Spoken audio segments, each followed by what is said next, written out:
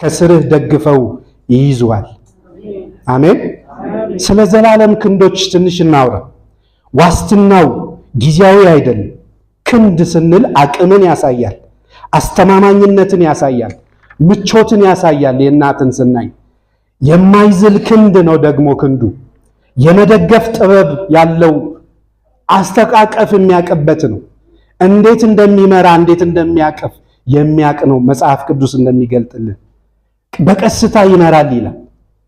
በጎቹን በቀስታ ጠቦቶቹን እንደ ጠቦትነታቸው ግልገሎቹንም በዝግታ የሚመራ የሚያቅበት ክንድ ላይ ነን። አሜን። የማይዝል ክንድ ሲባል ምን ማለት እንደሆነ በሶስት ምስሎች እንየው። አንደኛ እንደ እናት ክንድ ሕፃን ልጅ በእናቱ እቅፍ ውስጥ ሲሆን ዓለም ቢናወጥ ግድ የለውም። የእግዚአብሔር ክንድ ከእናት ክንድ ይልቅ የጸና ነው። አሜን። በፍቅር ቢሆን፣ በአስተማማኝነት ቢሆን፣ በዝለት ዘላለማዊነት ቢሆን አስተማማኝ ነው ከእናት ክንድ በላይ የእግዚአብሔር ክንድ። ምክንያቱም እናት ትደክማለች፣ እግዚአብሔር ግን አይዝልም። ምሳሌ ሙሴ 3 ወር በእምነት ሸሸጉት ይላል። የንጉሥን አዋጅ ሳይፈሩ 3 ወር ሸሸጉት። ከ3 ወር በኋላ ግን አልቻሉ። ወስደው በኋላ ይጣሉት። ከዛ እህት ነች አይደል በድብቅ እንድትከታተለው ሄደችው። የሰው መደገፊያ እስከዛ ድረስ ነው። የሚያበቃበት ልክ አለው። በሰው ላይ ከሆነ እግዚአብሔር ተቀበለው። ሁለተኛ እንደ ዋስትና መረብ ሴፍቲ ኔት ሰርከስ የሚሰሩ ሰዎች ከከፍታ ላይ ቢወድቁ እንኳ ከስር የሚቀበላቸው መረብ አለ። ሙሴ ክንዶች ካንተ በታች ናቸው ያለው ለዚህ ነው። ውድቀትህ መሬት ላይ አይሆንም። ብዙዎች የሚነጋገሩብን ብዙዎች በእግዚአብሔር ላይ ታምነው ያፈረ በዘመናት መካከል አልሰማንም፣ አላየንም። እኛም ምስክር ነን። በባዶ ያዘልላል። አሜን። ሳንበላ ደግሞ የዚህ ሰሞን ጾም ጸሎትን ይዩት እስቲ በራሳችሁን ቼክ አድርጉ። ለየት አይልም? ለየት ይላል። የሆነ ኃይላል የመንፈሱ ጉልበት አለ። እስከ ምሽትም እኮ አያምራችሁ ምግብ ምንም ውስጣችሁ ጸጋው የመንፈሱ ጉልበት ነው። ብቻ እንወስንኛ። የእግዚአብሔር የዘላለም ክንዶች ከኛ ጋር ይሆናሉ። ስለዚህ ከስር የሚቀበላቸውን መረብ ምሳሌ ክንዶች ካንተ በታች ናቸው ያለው ለዚህ ነው። ውድቀትህ መሬት አይመታም። ምክንያቱም ከውድቀትህ በታች የእግዚአብሔር ጸጋ አለ፣ አትጠፋ። ሶስተኛ የማያቋርጥ ድጋፍ ነው። ዘላለማዊ ክንድ ሲለን የማያቋርጥ ድጋፍነቱን ነው የሚያሳይ። ጊዜያዊ ነው፣ ሌላው በሙሉ የሚያበቃ ነው። ምናልባት መዝሙር 90 ቁጥር 1 ላይ ብታዩ የትውልዶች መጠጊያ ነህ ይላል። ያም የሙሴ ጸሎት ይላል። እዛም ቦታ ላይ ብታዩት መዝሙር 90 ቁጥር 1 ላይ የትውልዶች መጠጊያ ነህ። ወረድ ብላችሁ ቁጥር 10 ላይ ደግሞ ብታዩት የሰው ዕድሜ በምድር ላይ ቢረዝም 70 ከዚያም 80 ከዛ ሲያልፍ ግን መከራና ድካም ነው የሚለው ቦታ ላይ መዝሙር 9 በዚያ ስፍራ ላይ ቁጥሩን ሲጀምር የትውልዶች መጠጊያ ነህ ብሎ ነው በዛ ቦታ የሙሴ ጸሎት የሚለን በመዝሙር 90 ላይ። ስለዚህ ዘላለማዊ ነው። አሜን። የእግዚአብሔር ክንድነት፣ የእግዚአብሔር መሸከም፣ የእግዚአብሔር ከለላ ዘላለማዊ መሆኑን ነው ሙሴ በመጨረሻው የሞት አፋፍ ንግግሩ ጌታ እየተናገረበት ያለው። ስለዚህ እግዚአብሔር በቃላችን ብቻ ክንድ ስንል ክንድ ምንድን ነው? ክንድን በደንብ ትችኑ ቦታ አጠንክራችሁ ብታዩት የተግባር ምልክት ነው። እግዚአብሔር በቃላት ብቻ አይወድህም፣ በክንዱ ይደግፋል። በዮርዳኖስ ማዕበል መሃል፣ ቀጥሎ ባሉት በኢያሪኮ ቅጥር ፊት፣ በጎልያድ ዛቻ ያ ክንድ ሁልጊዜ ከበታች ሆኖ ወደ ላይ ይገፋል፣ ወደ ከፍታ ያወጣል። ዝቅታ ስር ያለው የእግዚአብሔር ክንድ። አሜን። ዝቅታው ላይ ያለው የእግዚአብሔር ክንድ ነው። አስተማማኝ ነው። አትፍሩ። የተወሰኑ ምሳሌዎችን ብናነሳ ታላላቅ የዘላለም ክንዶች ተጠቃሚዎች፣ አንደኛ ኖህና መርከቡ። ኖህና መርከቡ በውሃው ላይ ስትናወጥ መኖሪያቸው እግዚአብሔር የሰጣቸው የጥበቃ ቦታ ነበር፣ መርከብ በእግዚአብሔር ትእዛዝ።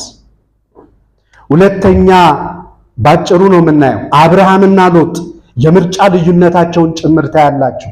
አብርሃም እግዚአብሔርን መኖሪያው ስላደረገ በዓይኑ ባየው ምድር አልተወሰነም። የማይመስል በዓይን እይታ ለዓይን የማይገባ ቦታን መረጠ። ለዓይን ሲያዩት የማይመቸውን አካባቢ መረጠ አብርሃም። ሎጥስ በዓይኑ ደስ የሚያሰኘውን ልምላሜ ያለበትን መረጠ ይላል ወንድሙ ሎጥ። ሎጥ የመረጠው መጨረሻ ምን ሆነ? ሲያዩት የሚያምረው ሲያዩት ልምላሜ የተሞላው አካባቢ ምን ሆኖ ተገኘ? ሰዶም እና ገሞራ ሆኖ ተገኘ።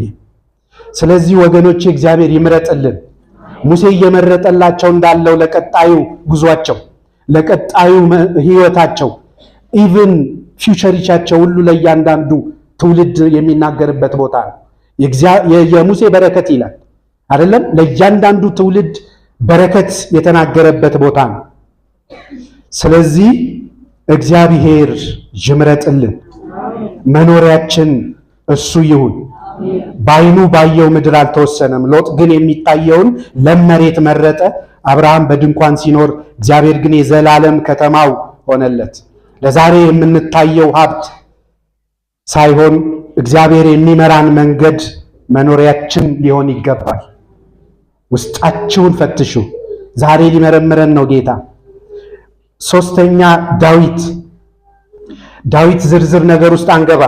መዝሙር 91ን ብቻ አትሊስት መነሻው ላይ ያለውን አብረን እንይ። በልዑል መጠጊያ የሚኖር አይደል? ስንሸመድደው የኖር ነው። በልዑል መጠጊያ የሚኖር ሁሉን በሚችል አምላክ ጎሽ ጥላ ውስጥ ያድራል። አሜን። ጥላ ውስጥ ያሳድረን። ልዑልን መጠጊያ እናድርገው። ልዑልን መኖሪያ እናድርገው። ዳዊት በዘመኑ አድርጎት አላፈረም። እግዚአብሔር እንደ ምሽግ ሆነለት። እግዚአብሔር እንደ ጋሻ ሆነለት። በዘመኑ ሁሉ ያላፈረ። ሌላው ዮሴፍ በብቸኝነት ውስጥ በወጣቶችን ብናይ በጉድጓድ በባርነት በወህኒ ቤት በቤተ መንግስትም እግዚአብሔር ከእርሱ ጋር ስለነበረ እግዚአብሔር ከዮሴፍ ጋር ስለነበረ ነገር ሁሉ ምን ሆነለት ይላል? ተከናወነለት። እንዲከናወንልን ሰክሰስፉል የሆነ ህይወት እንድንኖር እንፈልጋለን። ኢየሱስ የቤታችን ራስ ይሁን። ኢየሱስ የቤታችን ራስ። ባለፉት እንዳልኳቸው አክስቶቼና የበፊቱ ጴንጤ ቤቱ ስትገቡ የመጀመሪያ ተለጥፎ የምታገኙት ጥቅሱም ቀጥታ ባናገኘውም የዚህ ቤት ራስ ክርስቶስ ነው። ከኢያሱ ሐሳብ ወስደው አይደል? የዚህ ቤት ራስ እኔና ቤቴ ግን እግዚአብሔርን እናመልካለን፣ እናንተ የምታመልክቱን ዛሬ ምረጡ ብሎ የተደራደረበትን የተንጓደደበትን የእግዚአብሔርን ሐሳብ በመንተራስ የዚህ ቤት ራስ ክርስቶስ ነው ብለው ይለጥፋሉ። ዛሬ ያለኛ ቤት የዚህ ቤት ራስ በእውነት ክርስቶስ ነው። ስለዚህ ጌታ ይሁን። ሌላው ብዙ ናቸው። ኢዮብ በመውደቅ ውስጥ ሁሉም ነገር ሲወሰድበት ምን አለ? እግዚአብሔር ሰጠ፣ እግዚአብሔር ነሳ። መኖሪያው ስብራት ሳይሆን እግዚአብሔር ነበረ።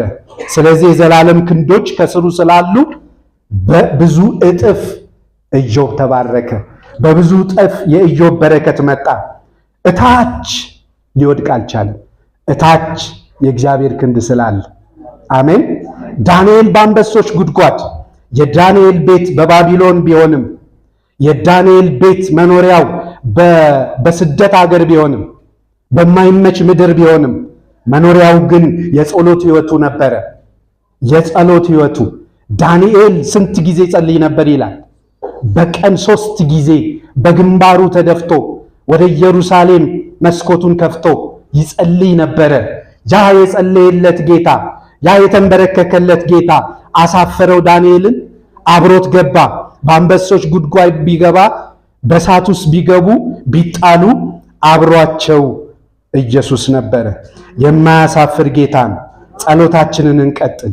ከእርሱ ጋር ያለንን ህብረት አምልኳችንን እንቀጥል። ምናልባት ጳውሎስ በችግር ውስጥ በብዙ ፈተና ውስጥ ታውቁታላችሁ። ግን ምን አለ? ኃይልን በሚሰጠኝ በክርስቶስ ሁሉን እችላለሁ። ያስችላል ወገኖቼ። በሐዘን ይሆን ያላችሁት፣ በተስፋ መቁረጥ ውስጥ ሊሆን ይችላል። የዓለምን ፖለቲካ ተንታኞች በዚህ መሃል ልንኖር እንችላለን። ትንተናችን የትም አያደርሰንም። አሜን። ዕውቀቱ ወደ ክርስቶስ ሊያመጣን ይገባል። ዕውቀቱ ሁሉን ወደሚችለው አምላክ ዘመን መልክ ቀይሮ እርሱ ግን ጸንቶ ወደሚኖረው አምላክ ሊያመላክተን ይገባል። ዛሬ የምናየው